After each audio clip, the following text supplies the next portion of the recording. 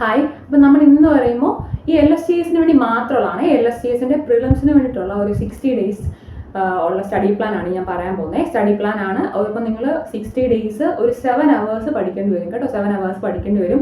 എനിക്കറിയാം നമ്മളെന്ന് പറയുമ്പോൾ ഈ ഒരു നോട്ടിഫിക്കേഷൻ വരുന്നതിന് മുമ്പിട്ടേ നമ്മളെന്ന് പറയുമ്പോൾ ഓഗസ്റ്റ് തൊട്ട് പഠിച്ചു വരുന്ന ആൾക്കാർ കുറേ ഏറെ ഉള്ളതാണ്. അപ്പോൾ അവരുടെ കേസ് എന്ന് പറയുമ്പോൾ നമുക്ക് റിവിഷൻ നടത്താം കേട്ടോ. അപ്പോൾ നമുക്ക് ഈ ഒരു ടൈം ടേബിൾ റിവിഷൻ ആയി നടത്തുന്നത് നമുക്ക്.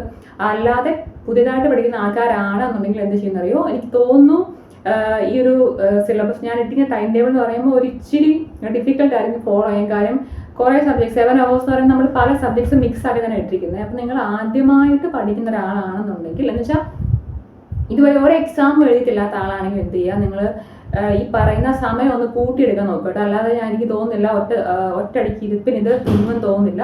അതല്ല നിങ്ങൾക്ക് എക്സാംസ് ഒക്കെ എഴുതി ഒരു എന്താണ് ഈ ഒരു കേരള PSCയുടെ ഒരു എക്സാംസ് എഴുതി ശീലമുള്ളവരാണെന്നുണ്ടെങ്കിൽ എന്താണ് നമുക്ക് ഈ ഒരു 60 days ഇത് കവർ ചെയ്യാവുന്നതേ ഉള്ളൂ. അപ്പം ഞാൻ ഈ ടൈം ടേബിൾ എന്ന് പറയുമ്പോൾ ഗൂഗിൾ ഷീറ്റിലാണ് ടൈം ടേബിൾ ക്രിയേറ്റ് ചെയ്തിരിക്കുന്നത്. അപ്പം ഞാൻ ഒരു 12 daysനുള്ള അറൗണ്ട് 12 daysനുള്ള ടൈം ടേബിൾ അതിനെ അപ്ഡേറ്റ് ചെയ്ത് വെച്ചിട്ടുണ്ട് കേട്ടോ. അപ്ഡേറ്റ് ചെയ്തിട്ടുണ്ട്. അത് നമുക്ക് നോക്കാം, അതനുസരിച്ച് ബാക്കി അപ്ഡേറ്റ് ചെയ്യാം. അപ്പം ഞാൻ എന്താണ് ഗൂഗിൾ ഷീറ്റിൻ്റെ ലിങ്ക് ഞാൻ ഡിസ്ക്രിപ്ഷനിൽ കൊടുത്തേക്കാം.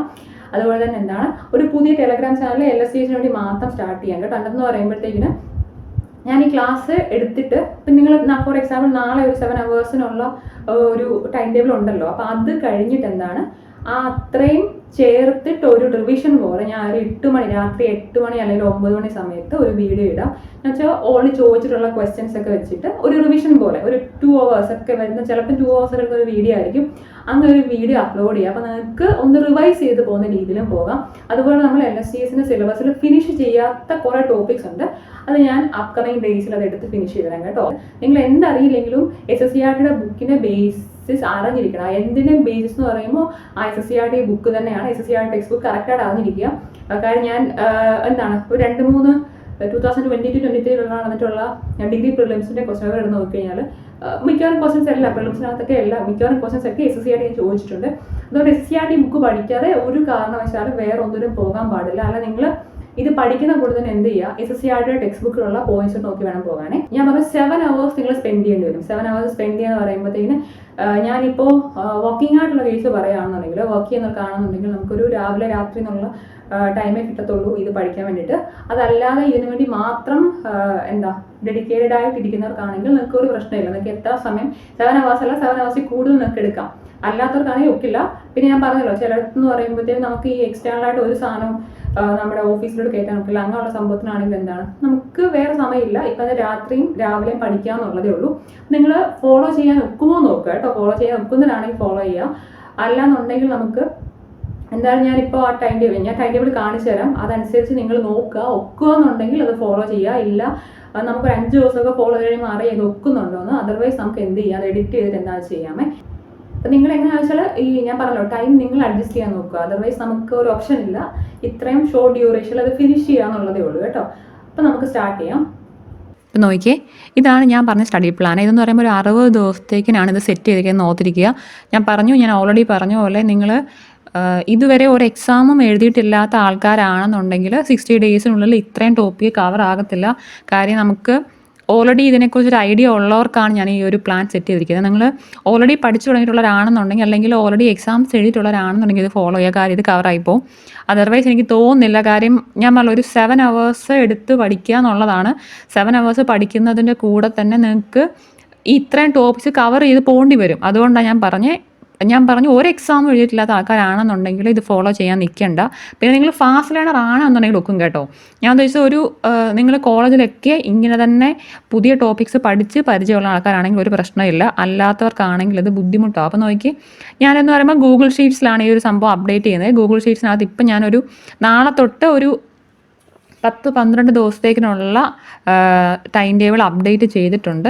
അപ്പോൾ ഞാൻ എന്ത് ചെയ്യാം, ഞാൻ ടെലഗ്രാം ചാനലിൽ ഇത് പുതിയ അപ്ഡേഷൻ വരുമ്പോൾ അപ്ഡേറ്റ് ആയിട്ടുണ്ട് എന്ന് പറഞ്ഞിട്ടുള്ള ലിങ്ക് പ്രൊവൈഡ് ചെയ്യാം കേട്ടോ. അപ്പോൾ നമ്മൾ ലിങ്ക് ഡിസ്ക്രിപ്ഷനിലുണ്ട് ഈ ഒരു ഡോക്കിൻ്റെ. അപ്പോൾ അത് നിങ്ങൾ കയറി നോക്കും. ഞാൻ ജസ്റ്റ് ഒന്ന് പറഞ്ഞുതരാം എന്താ ചെയ്യേണ്ടതെന്ന്. ഇപ്പോൾ ഫോർ എക്സാമ്പിൾ നാളത്തെ ടോപ്പിക്സ് എന്ന് പറയുമ്പോഴത്തേക്കിന് ഈ അവേഴ്സ് നിങ്ങൾക്ക് ഇഷ്ടമുള്ള ചൂസ് ചെയ്യാം കേട്ടോ. 7 hours നിങ്ങൾക്ക് ഇഷ്ടമുള്ള അവേഴ്സ് ചൂസ് ചെയ്യുക. എന്നിട്ട് ഈ പറഞ്ഞ ഓർഡറിലൊന്നും പഠിക്കണം എന്നില്ല. നിങ്ങൾക്ക് മിക്സ് ആൻഡ് മാച്ച് ചെയ്ത് പഠിക്കാം. പക്ഷേ ഈ പറഞ്ഞിട്ടുള്ള ടോപ്പിക്സ് അതുപോലെ കവർ ചെയ്യാൻ നോക്കുക കേട്ടോ. അല്ലെങ്കിൽ ഇത് തീരത്തില്ല. അതുകൊണ്ടാണ് മാക്സിമം കവർ ചെയ്താൽ നോക്കുക, അല്ലെങ്കിൽ തീരത്തില്ല. ഞാൻ പറഞ്ഞു റിവിഷൻ എന്നൊരു സംഭവം ഭയങ്കര ഇമ്പോർട്ടൻ്റ്, അതുകൊണ്ടാണ്. നോക്കി നിങ്ങൾ ഈ അറൈവൽ ഓഫ് യൂറോപ്യൻസ് എന്ന് പറയുമ്പോൾ കേരള ഹിസ്റ്ററിക്ക് അതൊരു ടോപ്പിക്കാണ്. എന്താ അറൈവൽ ഓഫ് യൂറോപ്യൻസ് എന്ന് പറയുമ്പോൾ ഇതിനകത്ത് പോർച്ചുഗീസും ഡച്ചും ഫ്രാൻസും പഠിക്കുക. ഇംഗ്ലീഷ് എന്നുള്ള സെക്ഷൻ ഇച്ചിരി നല്ല വലുതാണ് ഇംഗ്ലീഷ് എന്നുള്ള സെക്ഷൻ, അതുകൊണ്ട് പഠിക്കേണ്ട. ഈ പോർച്ചുഗീസും ഡച്ചും ഫ്രഞ്ചും പഠിച്ചിട്ട് അമേരിക്കൻ വാർ എന്നുള്ള സെക്ഷൻ പഠിക്കുക. ഈ അറൈവൽ ഓഫ് യൂറോപ്യൻസിനകത്ത് ഈ ഒരു സെക്ഷൻ എവിടെ നിന്നാണ് എടുക്കുന്നത് നമുക്കറിയാമല്ലോ. ഇതെന്ന് പറയുമ്പോൾ നമ്മുടെ നോട്ട് ഫോളോ ചെയ്യുന്ന ആൾക്കാരെ നമുക്കറിയാം, ഓൾറെഡി നോട്ട് കാണും. അല്ലെന്നുണ്ടെങ്കിൽ നമ്മുടെ സർവേ ഓഫ് കേരള ഹിസ്റ്ററിക്കകത്ത് ഇതൊരു സംഭവം ഉള്ളതാണ്. അതുപോലെ ഞാൻ അതിനകത്ത് വേറൊരു ടെക്സ്റ്റും കൂടെ പ്രൊവൈഡ് ചെയ്തിട്ടുണ്ടായിരുന്നല്ലോ നമ്മുടെ കേരള ഹിസ്റ്ററിക്കകത്ത്, ആ ടെക്സ്റ്റിനകത്ത് ഇതുണ്ട്. പിന്നെ അമേരിക്കൻ വാർ എന്ന് പറയുമ്പം SSCERTയുടെ ടെക്സ്റ്റ് ബുക്കിനകത്തുണ്ട്. അപ്പോൾ ഇതിൻ്റെ കൂടി ഇതാണ് ബെറ്റർ. കാര്യം അമേരിക്കൻ വാർ എന്ന് പറയുമ്പോൾ വേൾഡ് ഹിസ്റ്ററിക്കകത്തുള്ള സെക്ഷനാണ്, അത് പെട്ടെന്ന് തീരും.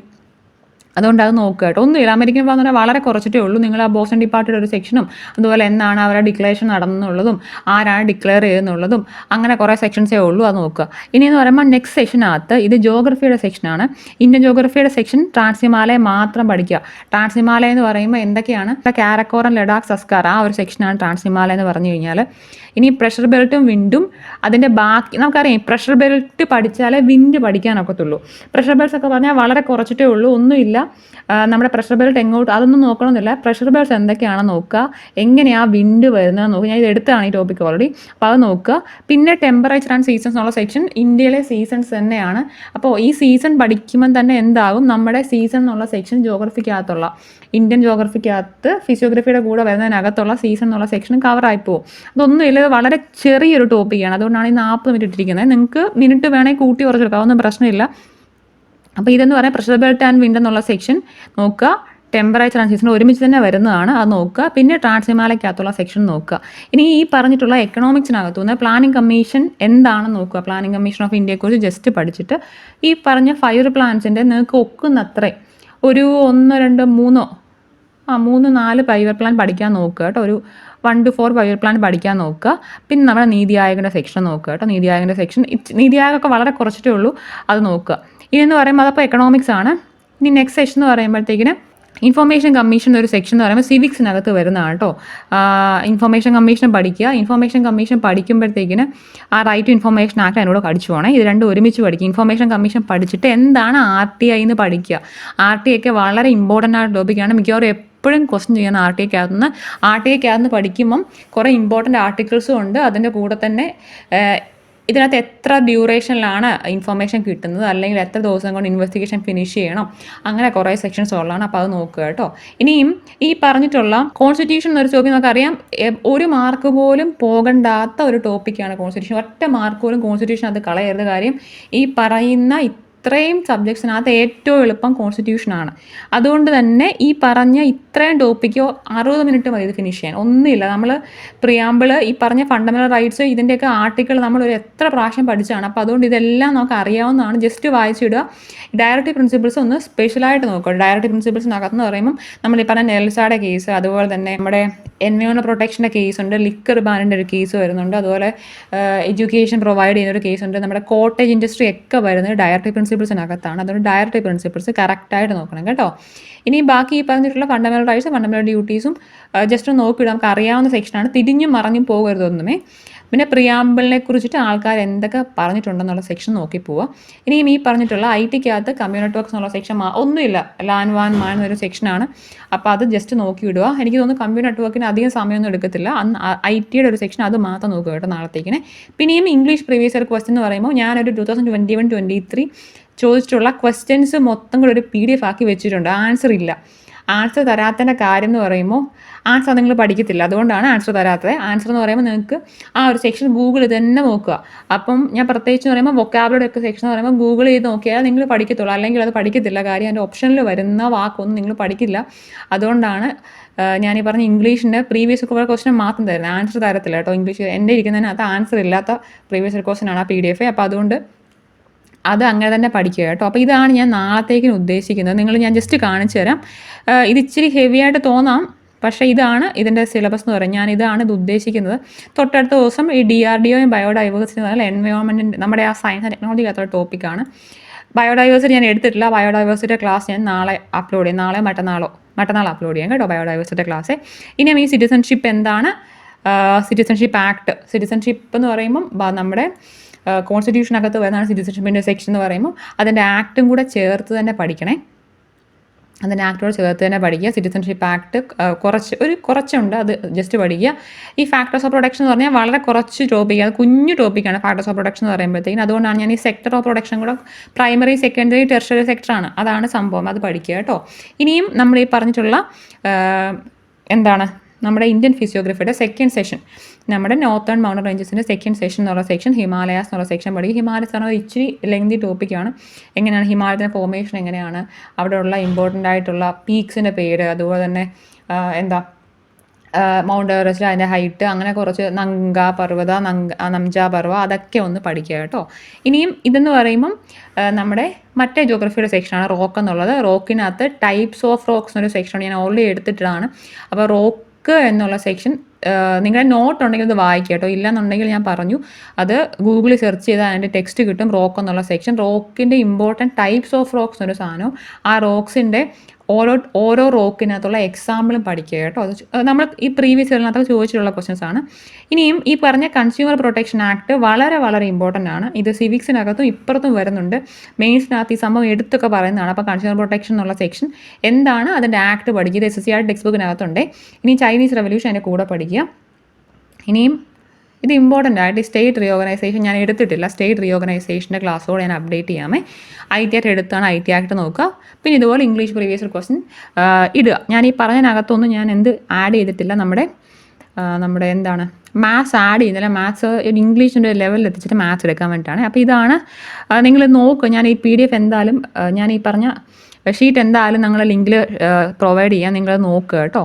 അപ്പം നമ്മൾ ഈ പറഞ്ഞിട്ടുള്ള ഒരു 1 2 3 4 5 എത്ര ദിവസമാണ് 5 ദിവസം കഴിയുമ്പോഴത്തേക്കിന് റിവിഷൻ ഞാൻ ഇട്ടിട്ടുണ്ട് കേട്ടോ. അല്ലെങ്കിൽ ഇതെല്ലാം കൂടെ മറന്നു പോകും. അപ്പോൾ ഈ പറഞ്ഞിട്ടുള്ള എല്ലാ സെക്ഷനും നമ്മൾ എടുത്തിട്ടുള്ളതാണ്, ഓൾമോസ്റ്റ് എടുത്തിട്ടുള്ളത് തന്നെയാണ്.